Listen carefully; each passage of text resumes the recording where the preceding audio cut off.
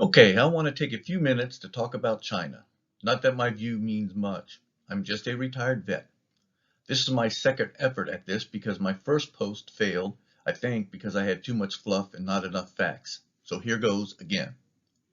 I think people need to know what is going on in world affairs, especially concerning China. The following video consolidates stories that have been reported as one-off stories. I have combined some of these one-off stories for you. These are some quick facts that I found during research that you and others should be aware of.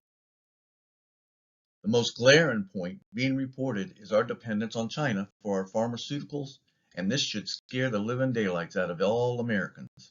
China, our adversary, not ally, but foe, is a primary manufacturer of numerous medicines that Americans need on a day-to-day basis. We need to open our eyes, and now is the time. China is the second largest exporter of drugs and biologics to the United States, and the largest for medical devices. Think about that statement. 80% of the components used in our drugs come from China and India, along with 90% of the generic medicines and over-the-counter drugs. Are you concerned? You should be. How did our past politicians, and some that are still in office, allow this to happen? Politics and greed are probably the most likely reasons. The companies taking advantage of making a few bucks and politicians letting it happen without thinking through the long-term impacts to our country. This is now water under the dam, although we should not forget those that allowed China to have this control, and that goes for politicians and corporations. The only good thing is that it is now in the forefront of news, and we have a president that will do what is right for the American people. I have no doubt President Trump will act quickly to bring this production home, as well as many other products manufactured in China. It is about time, and Americans need to open their eyes and support this president, given the past few presidents allowed this to happen on their watch. Now, to the current pandemic. More and more news is coming out that China actually hid the impact of the coronavirus and did nothing in China for a period of time that allowed the virus to spread throughout the country, long before they took action. We need to hold China accountable for this serious mistake that has now taken lives across the globe. Recently, Secretary of State Mike Pompeo stated, had China permitted its own and foreign journalists and medical personnel to speak and investigate freely, Chinese officials and other nations would have been far better prepared to address the challenge. Another alarming fact is something I heard President Trump say during one of the daily COVID-19 meetings, where he said that a high-level Chinese government official stated that American forces in China started the virus. This is laughable at best, but very concerning that anyone in the Chinese government would try to spread this false narrative. I am sure this is a staged event by the Chinese government to try to deflect world pressure. Now let's jump into another subject that pokes its head every once in a while, but always seems to get lost in the newest Trump attack by the left or another world crisis. What about the expansionist efforts of China's military capability as evidenced by the building of man-made islands in the Pacific? These man-made islands in the Pacific were started around 2013, and according to Wikipedia, one of these artificial islands is now the site of a military barracks, lookout tower, and a runway long enough to handle Chinese military aircraft. Here is a picture from 2014, and you can see how barren the island is. Almost nothing there, but they built this from scratch.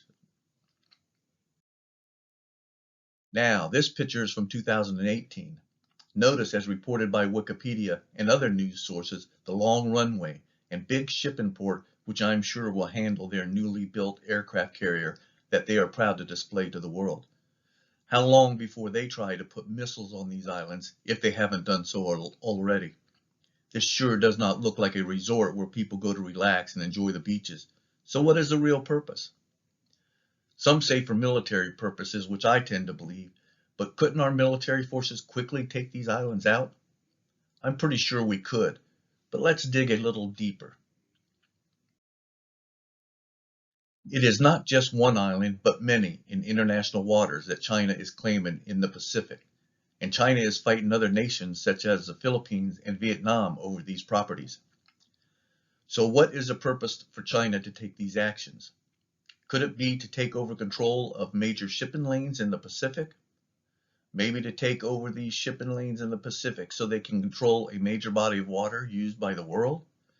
Maybe to disrupt world shipping to test the resolve of the United States and other countries? Would the UN stand up to China, or would they concede? I do not trust the UN to do anything that is in favor of the United States, and I don't consider the UN dependable. Why didn't past administrations do anything to take this before it got to this point? Maybe re-election plans got in the way. Who knows? At least now we have a president that can deal with the situation, and I am sure this is already on Trump's radar. I do know Trump has authorized our Navy to sail past these islands to the ire of the Chinese government, just to test them out. Hopefully Trump will deal with this threat as he already is with the trade issues. If China gets away with these man-made created islands, they are sure to start claiming they own more and more international waters and try to put us in yet another global dispute. And they would most likely have support from Russia and many other countries across the world. We shall see. I believe Trump will do what is right for the United States. We need to keep Trump in office for 4 more years so he can deal with this issue as well as others. We cannot let China control the Pacific shipping lanes. What about our educational systems, where our children and young adults are still formulating thoughts about the world and politics? China has been seeding our educational systems with Chinese propaganda for some time now, and our government is quite aware and just beginning to act. Why did the past administrations not do anything but open the doors for China to sell propaganda? According to an article published in the Free Beacon, the Chinese government has infiltrated nearly every sector of the U.S. education system. They have spent $200 million on educational entities known as Confucius Institutes, with the mission of indoctrinating students and painting a sympathetic picture of the Chinese Communist government. And all the while, over the last 15 years, the Department of Education has remained silent. This is really concerning, and we need to inform our Congress that we are concerned, very concerned, as well as hold the Department of Education accountable, because they have let this happen, and actually they probably promoted it. If that is not enough, what about these facts from the Washington Post? There were more than 360,000 Chinese students in the United States between 2017 and 18. That's 3 times the amount from 9 years earlier. But the good thing, President Trump is fully aware and looking into the issue and are questioning the Chinese-sponsored Confucius Institutes on our college campuses because he thinks they represent an espionage threat, and so do I. This free access to China to our younger generations needs to be reviewed and controlled. So far, China has been permitted a free rein to our kids to shape and influence their thoughts about communist China. Now that scares the heck out of me.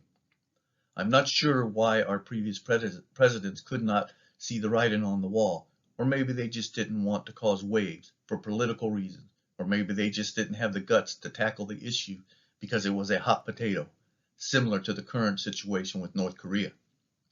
The only thing is we now have a president that recognizes China's threat and is working on fixing all the mistakes from the past 10 to 20 years. Fortunately, President Trump will deal with these items head on. President Trump is well aware of the games China plays, and in my opinion, he is a chief negotiator expert the world over. His knowledge of world affairs from his business perspective is not matched by anyone in our recent American history. One good thing about Trump is he doesn't play games with our lives for political favoritism. He acts to keep America great. It is about time we have a president like this because we were slowly fading into the background and being like every other country instead of being a world leader for the world to respect and look up to. If the biased media gave this president any credit whatsoever, his power on the world stage would be even greater. But of course, the left wants us to be like others, not others to be like us.